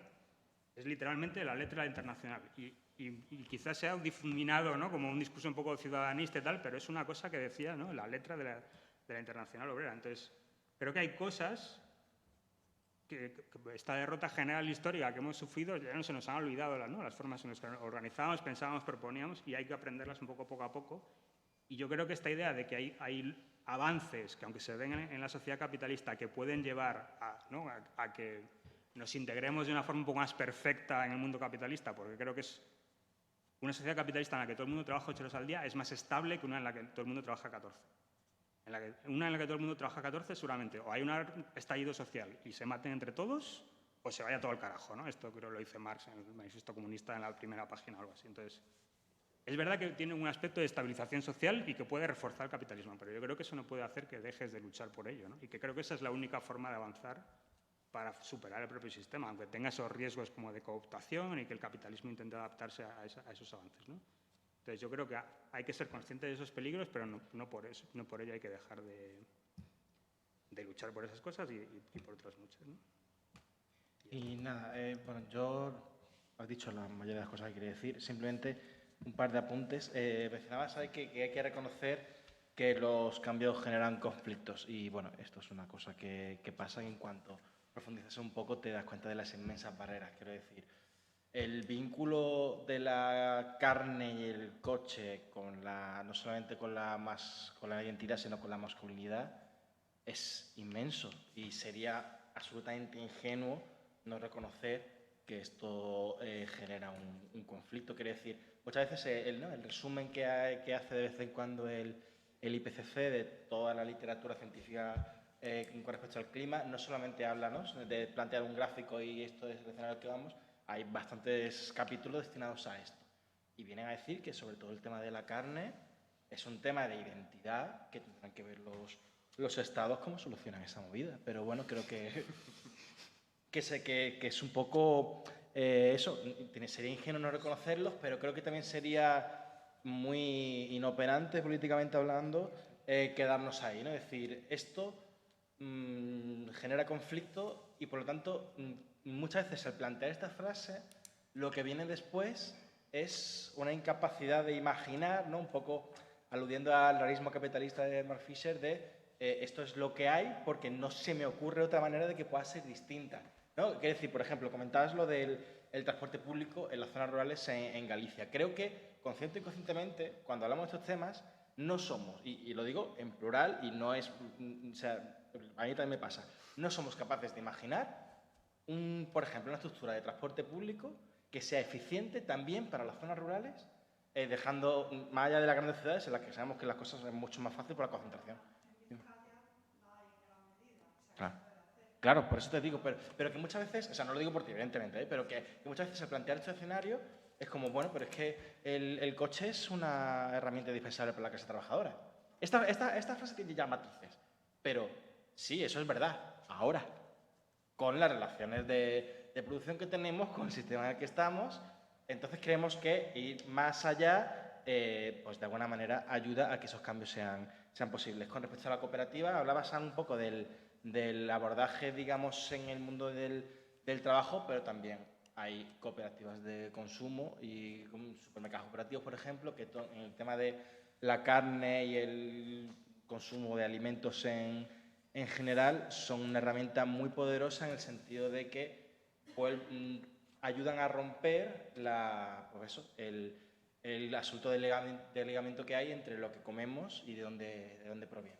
Por ejemplo, en un supermercado cooperativo, las personas que forman parte de la asociación son perfectamente conscientes de dónde viene lo que luego se ofrece en el supermercado, cómo se puede hacer de otra manera y también, pues bueno, un poco lo que decía Sam, son permeables a las tensiones que al final el mercado te impone, ¿no? Por si al final, a mí me pasó, por ejemplo, que estuve en un tiempo formando parte del supermercado cooperativo de la OSA en Ventilla, entre Tetuán y Ventilla, y claro, si tú querías, digamos, consumir cierta carne que viniera de pastos ecológicos, de ganadería extensiva, etcétera, pues a lo mejor el filete de pollo te cuesta 12 pavos. ¿Es eso universalizable? Pues ahí ya se plantean ciertas tensiones que a lo mejor solamente son conscientes de manera teórica y cuando te implicas empiezan a ser un poco más visibles, ¿no? Y nada más. Más preguntas. Qué alto. Bueno, lo mío más que preguntas es sugerencias. Sí, bueno, igual soy un señor, me siento un poco señor. A ver, me ha parecido muy interesante el libro, me recordaba a otro libro que ahora voy a comentar, pero creo que es ciertamente provocativo en el sentido de cómo lo habéis planteado, ¿no? En el sentido de que este discurso, ¿no?, de las 100 primeras empresas, que no sé qué, que yo lo he dicho en entrevistas y me da vergüenza ahora, me siento un poco avergonzada de mí misma en el pasado. En realidad hay una falsa dualidad entre lo individual y lo colectivo, y cuando se plantean este tipo de discursos se está pensando desde esa falsa dualidad, que es una falacia, ¿no? Y en este sentido hay un libro muy interesante que igual ya conocéis, pero que se dedica a desmontar todo esto, de Rodrigo Nunes, que se llama Ni vertical ni horizontal. Y el tío creo que desarrolla muy bien cómo otras formas de organización política se pueden dar desde una concepción no dualística, ¿no?, de todo esto. Y por otro lado, ahora yendo al otro libro al que me recuerda vuestro libro, que es El shock del antropoceno, no sé si os suena, de Bonnell y Fresós. Ellos lo que hacen es hablan del antropoceno en todas las diferentes dimensiones que implica el antropoceno, ¿no?, como si fueran una serie de mercancías, y hacen como pequeñas genealogías de cómo todas estas dimensiones antropológicas, ¿no?, que se han constituido en los últimos siglos, cómo se han ido construyendo, ¿no?, y en qué situaciones específicas se han dado. Y me parece muy interesante llevarlo como a un plano más divulgativo a través de X mercancías que en realidad nos han constituido identitariamente como consumidores, ¿no?, y consumidoras en última instancia. Y a esto lo llaman, por cierto, fagoceno, es decir, esa nueva era geológica que ha sido transformada también mediante el consumo en un sentido individual. Entonces ellos hablaban de algo que creo que os puede interesar y que creo que puede tirarse mucho del hilo ahí, que es el hedonismo disciplinario. Es decir, cómo se ha construido, o sea, hacen básicamente una genealogía de cómo se construye el sueño americano y cómo se traslada eso al plano del deseo de los consumidores, cómo se construye el consumidor. Y básicamente es a través del crédito y de una alianza entre el capital y la publicidad, que esta es una movida que lo flipas también, y cómo hubo una estrategia absolutamente consciente de cómo, o sea, una alianza entre la publicidad, las marcas publicitarias, la industria publicitaria, el Estado y las empresas, en este caso Ford, que fue el que inició todo esto, y los créditos bancarios, y cómo a partir de ahí eso se fue extendiendo a otros ámbitos, ¿no?, y cómo eso termina al final construyendo un deseo social, como fue el del coche en este caso, que fue el coche donde se originó toda esta movida. Entonces, creo que es como muy interesante extenderlo, pues eso, a otros planos que forman parte de lo cotidiano, de nuestra vida cotidiana, de nuestra vida diaria. Y creo que habláis de algo que creo que deberíamos hablar más también en este tipo de debates, en el ecologismo. Creo que es un debate que nos compete también a los espacios ecologistas, que es cómo se ha convertido en antropología, que es lo que estáis empezando lo que queréis como abordar. Pero creo que falta algo, y creo que es algo a través de lo que se concreta esa dimensión global, esa dimensión de la fuerza del trabajo y esa dimensión de la esperanza, la subjetividad, los deseos, esta cosa tan bonita que queremos construir, ¿no?, que es algo que sigue manteniendo esas condiciones de explotación en nuestros cuerpos y se materializa y se somatiza, que es una mercancía que está apareciendo mucho en el debate público últimamente, y que tiene que ver con la salud mental, que es los antidepresivos, ¿no? El lorazepam, diazepam, escitalopram, X. Hay muchos, una gran plétora. Entonces, ¿cómo conectar, ¿no? O sea, quiero decir, ese consumo se mantiene también por un deseo. Y ese deseo viene muchas veces de mucho dolor, mucha frustración, y el consumo lo que provoca es en realidad una especie de ataraxia, ¿no? Una especie de liberación libidinal donde somos felices durante una pequeña porción de tiempo. Entonces, quizás tirar del hilo por ahí podría ser interesante para nuestros debates también, porque no se suele hablar de salud mental en el ecologismo, ¿no? Y creo que hay mucho de lo que tirar y puede llevarnos a un debate más contemporáneo también, porque sí que me resuenan mercancías un poco ya, pues, de hace 5 años, ¿no? Quiero decir que estaría bien. Ya, claro. Creo que sería interesante actualizarlo a debates que además, joder, nos competen y que hay que seguir hablando y visibilizando. Especialmente si hablamos de esperanza. O sea, es un poco contradictorio hablar de esperanza y no hablar de por qué no hay esperanza, ¿no? Y ya está. Bueno, y luego hay otra cosa que también me parece interesante, que esto ya son pajas mentales mías, que tiene que ver con el tiempo, estos cronocrímenes del capital de los que hablabais, ¿no? Con la fuerza del trabajo y tal. Claro, eso se va a materializar en otras formas de vivir el tiempo, en otros ritmos, porque no solo va a haber conflictos o reducciones o renuncias, o como lo queramos llamar, sino que también va a haber un cambio en los ritmos en los que eso se produce, en los ritmos de consumo. Va a haber una desaceleración inevitable. Entonces, ¿cómo esa desaceleración se puede trasladar a una dimensión positiva y afirmativa? Me parece que podría ser interesante. Y creo que luego un segundo libro, siguiendo como la estela de este, podría ser interesante abordarlo desde eso, no tanto un diagnóstico de las mercancías, ¿no?, sino una propuesta de otros elementos que podrían formar parte de nuestras vidas cotidianas, que pueden construir esa otra dimensión imaginaria. Y ya está.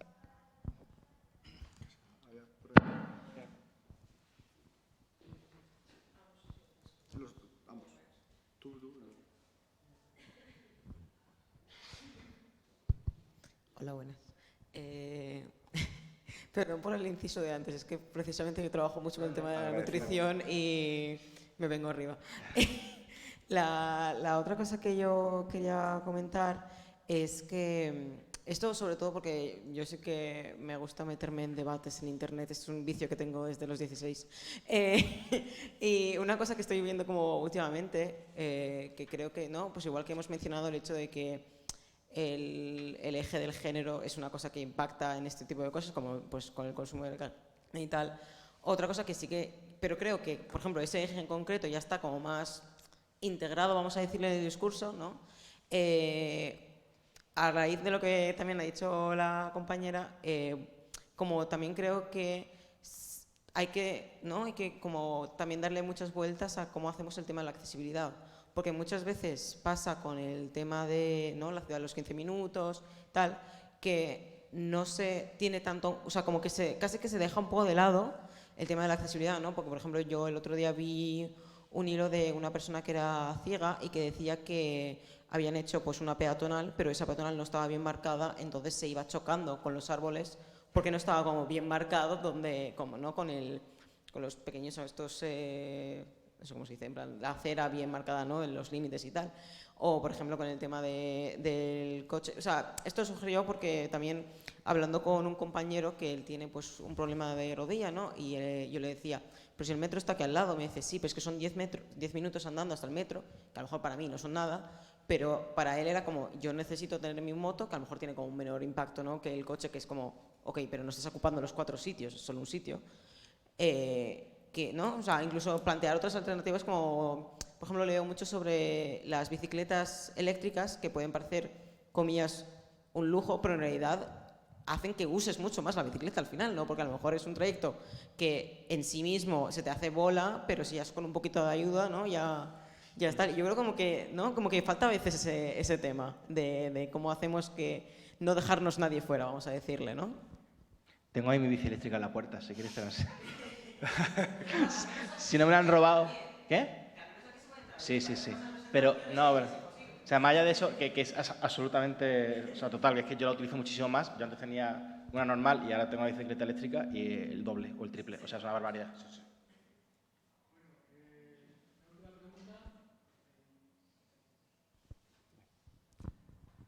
Hola, gracias por la charla. Por lo que habéis ido contando, yo tal como lo he entendido, el enfoque del libro es un poco, pues, tal vez más inclinado hacia lo pragmático a corto plazo. No estamos hablando de que todo el mundo no tenga que tener coche, sino de que en algunos casos, porque vives en la Galicia rural o por todas las circunstancias que se pueden dar, si es posible tener coche privado, o no estamos hablando de de diferentes sacrificios que pueden generar rechazo y conflicto fuerte, sino de cosas a lo mejor más modestas y mucho más pragmáticas a corto plazo. Lo que decías del conflicto entre el pragmatismo y el utopismo, y a mí me parece todo eso, estoy totalmente a favor. Pero lo que os quería preguntar es cómo conjugar esa situación, ese conflicto, cuando además tenemos básicamente un cronómetro contándonos hasta el momento en el que lleguemos a los más 2 grados, a los más 2,5 grados, y cuando la situación viene a ser que si no conseguimos el 50% de lo que consideramos utópico e impensable, pues a lo mejor va a haber cientos de millones de muertos por todo el mundo y en el resto del mundo va a estar en guerra. Entonces, ¿cómo conjugar el pragmatismo, que a mí estoy totalmente a favor, porque el utopismo me parece que el rechazo que genera es insuperable, con el hecho de que si no conseguimos bastante utopía real, nos vamos a caer por el acantilado, no vamos a frenar a tiempo y vamos a caernos por el acantilado. Gracias. No, ya está, ya no va a haber más preguntas. No, por eso. Yo simplemente comentar, realmente nuestro discurso es el que acabas de comentar. Lo que pasa que justamente este no es el libro para tratar, o sea, es un libro muy inocentón. O sea, no, es muy accesible, como ha dicho el compañero, muy regalable y a nivel o sea, está jugando a un nivel, ¿no? Simplemente no lo hemos dicho. Sí. Lo que pasa es que sí que trata cuestiones profundas, pero bueno, el enfoque es muy así, pero vamos, estamos totalmente de acuerdo y vamos, yo creo que todos los discursos que tenemos posibilidad lo mencionamos. Y nada, lo decíamos un poco de coña, que tiene 3 años, 3, ¿no? El libro, y se nota. Y el tema de salud mental, que sea pre-2020, se nota muchísimo. Y efectivamente yo creo que puede ser un tema muy, muy interesante. Es algo muy básico, como también lo que comentaba la compañera del tema de accesibilidad. Hay sesgos que hay que tratar. Lo que pasa que pues se han tratado estos parecían unas mercancías que la mayoría de gente pues usaba en el día a día o que se podía sentir identificada de alguna forma y que son llamativas, ¿no? Y nada, simplemente comentar eso. Mili, para no aburriros ya. Bueno, Gemma, yo es que he estado tomando notas de lo que decías, entonces no tengo comentarios. En plan, he puesto tirar de este hilo y lo he rodeado así con un círculo. Entonces, pues, y he subrayado antidepresivos. Pues eso. Del eje de lo que has comentado de accesibilidad, intuyo que hemos visto los mismos hilos en Twitter, creo que estamos en los mismos círculos. Yo he de decir que ahí tengo un prejuicio que es contra la gente nacida en Estados Unidos. O sea, ¿Cómo? Nacida en Estados Unidos. O sea, que Yo también he escuchado lo que tú, vale.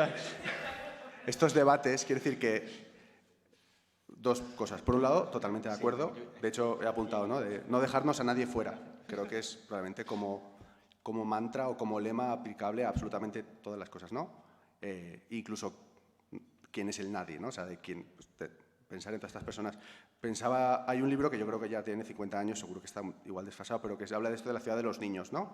Como de que si planteas un urbanismo que sea como niño friendly, o sea, como que un niño, una niña solo pueda ser capaz de moverse y no tener miedo y tú tampoco tengas miedo de que los haya, es como seguro que el resto de la sociedad va a poder usarlo también porque ya está acomodado como a personas con unas particularidades muy concretas, ¿no? Entonces, pues creo que en esas líneas, yo a lo que decía de esto de Estados Unidos es que creo que muchas veces ellos lo usan, que están muy alejados de nuestra realidad y que lo usan muchas veces es que no se imaginan el coche, la vida de otra manera que no sea sin coche y buscan la manera en la de... Sí, no, por eso, o sea, pues eso es la primera parte, pero no. Y creo que no tiene sentido. De hecho, por ejemplo, lo del metro, yo vivo en Tetuán y es que 4 caminos a Plaza Castilla, no hay un solo metro que tenga ascensor. Ya está, o sea, Alvarado, o sea, entonces, olvídate. Entonces, creo que es una buena perspectiva para pensarlo en cualquier aspecto. Y al final, igual es porque ya nos da vergüenza, o sea, creo que es nuestra obsesión, que precisamente tenemos que hacer cosas ya y tiene que mejorar la vida de la gente, pero tenemos que hacer, o sea, como que hay una parte de pragmatismo político, o sea, desde el punto de vista, o sea, hay como un pragmatismo de cosas que sean fáciles y hay un pragmatismo de es que hay que tomar medidas ya porque nos vamos al carajo en 10 años, ¿no? Entonces, nosotros creo que a veces cuando hablamos, por ejemplo, de que todos estos cambios individuales, más allá de la relación con el consumo y la producción que dice ella, muchas veces permiten hacer masa social que te permitan agrupar gente en torno a una demanda y que permitas que cambios más fuertes ocurran antes. Por ejemplo, creo que, insistiendo con el tema de la carne, si pensamos que de aquí a poco tiempo pues, se deje de financiar con la PAC la carne y la carne simplemente pasa a ser más cara, creo que es para llegar a eso que hay que llegar en menos de una década, porque si no nos morimos.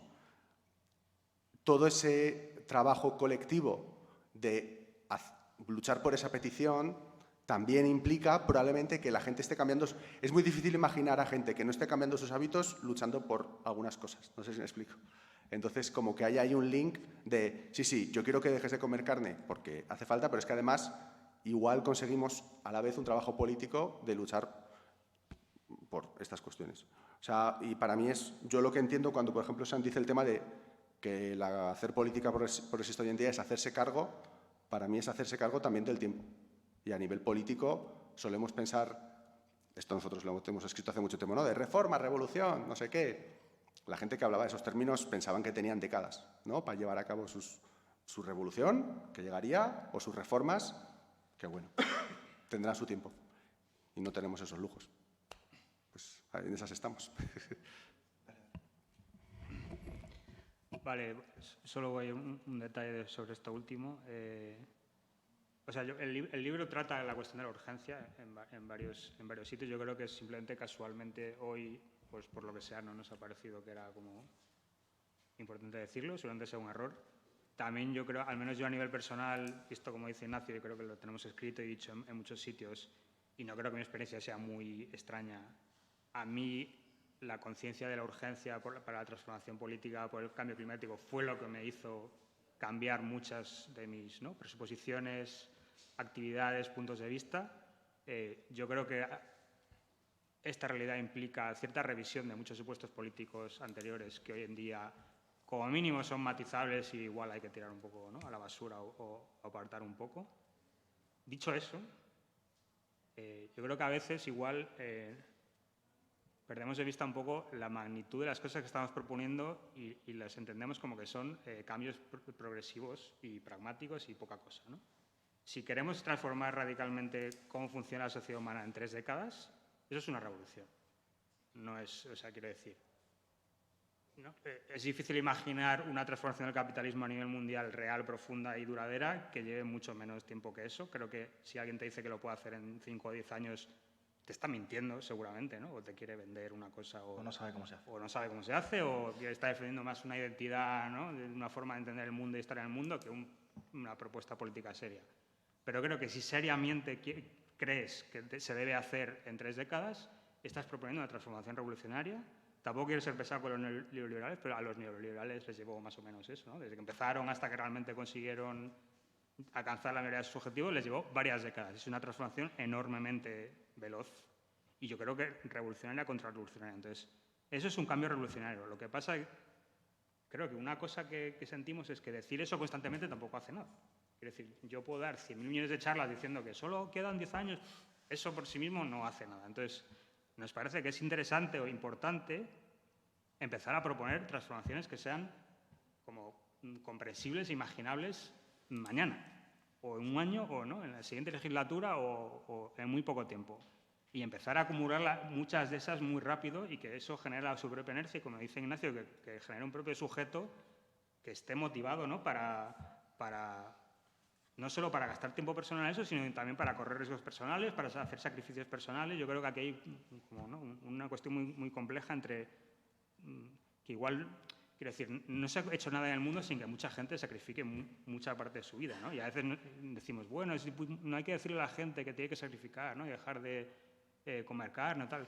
Yo creo que incluso a alguna gente hay que decirle que hay que sacrificar mucho más. Quiero decir, si no estás dispuesto a hacer enormes sacrificios... Espérate a lo que viene. Claro, eso no es nada, ¿no? Pero no creo que todo el mundo vaya a hacer eso, pero tiene que haber una cantidad suficiente de personas que estén dispuestas a dedicar un poco su vida a que esa transformación ocurra.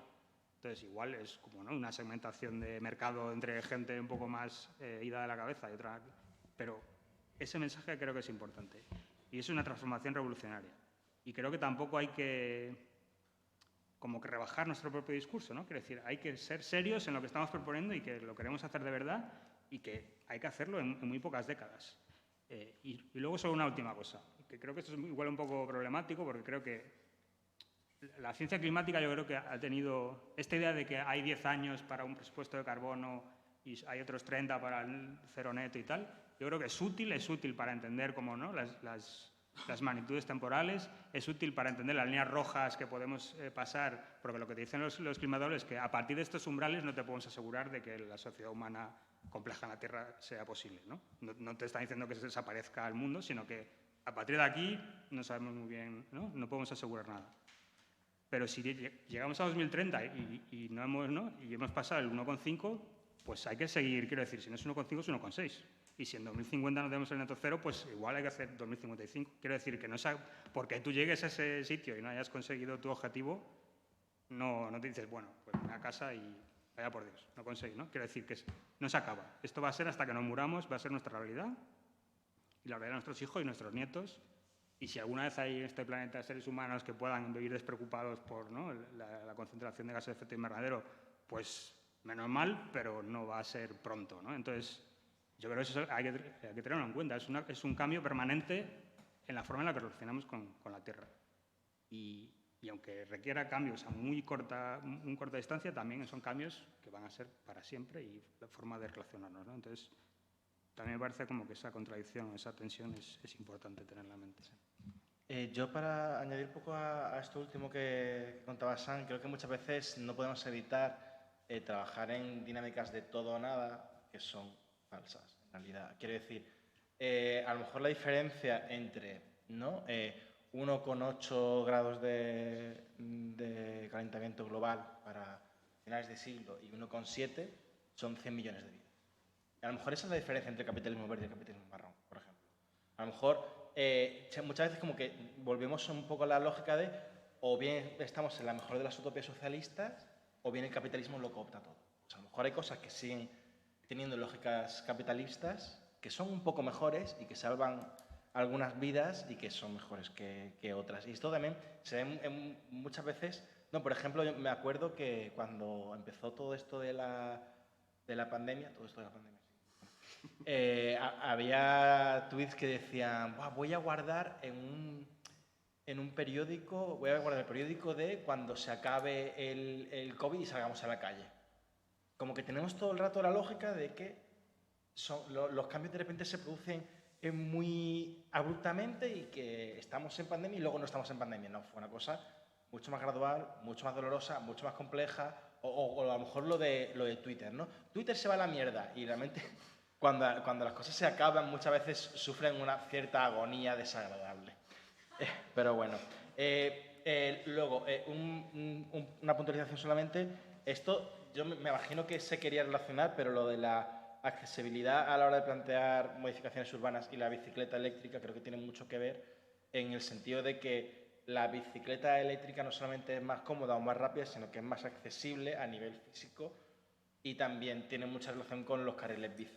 Quiero decir, al final, un modo de transportarse que sea seguro para todo el mundo redunda en beneficios para todos.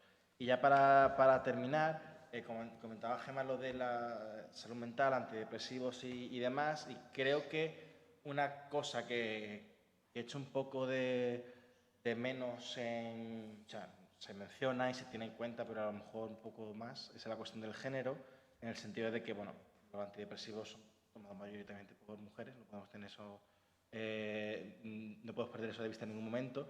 Y ahí, cuando hablamos de esta vida mejor, no se puede plantear una vida mejor sin tener en cuenta la emancipación de las mujeres. Y creo que es además una cosa que en la vieja tradición socialista se cometió ese error, ¿no? En el sentido de, por ejemplo, cuando hablamos de comedores públicos digamos, se trata al final de sacar muchas veces trabajo no remunerado del ámbito del hogar a la esfera pública y que se comparte, que se divida. Y hubo muchísimas teóricas feministas de finales del siglo XIX, principios del XX, que pues, abordaban estos temas que ahora nosotros planteamos de nuevo, como eso, como comedores públicos, espacios de socialización comunes y tal, para dejar de invisibilizar todo ese trabajo que es invisible, que es mal pagado, que muchas veces se genera bajo dinámicas de maltrato y de explotación. Y leyendo sobre este tema me di cuenta de que muchas de los proyectos de viviendas utópicas que planteó la URSS a partir de los años 40, pues se plantearon de esa manera, ¿no? Pues, por ejemplo, tenemos bloques de viviendas en los cuales la lavandería forma parte de todo el bloque, hay también un comedor para sacar ese trabajo del hogar, y esos proyectos que fueron iniciados por feministas de la URSS, poco a poco se fueron abandonando porque la dirección soviética consideraba que ya habíamos llegado a la revolución comunista y que ya no hacía falta porque es un hombre y una mujer nuevos, y bueno, eso pues se manifestó como claramente erróneo, y creo que es importante a la hora de plantear todos estos temas que no podemos sacar eso, porque una vida mejor no será para todas si no planteamos ese eje. Y nada más. Muchas gracias.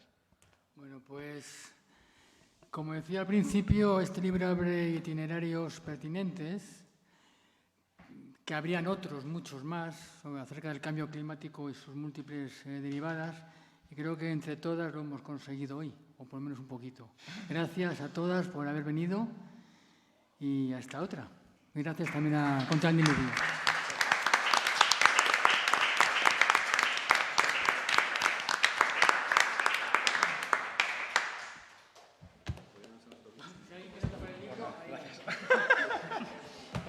Minuto de publicidad.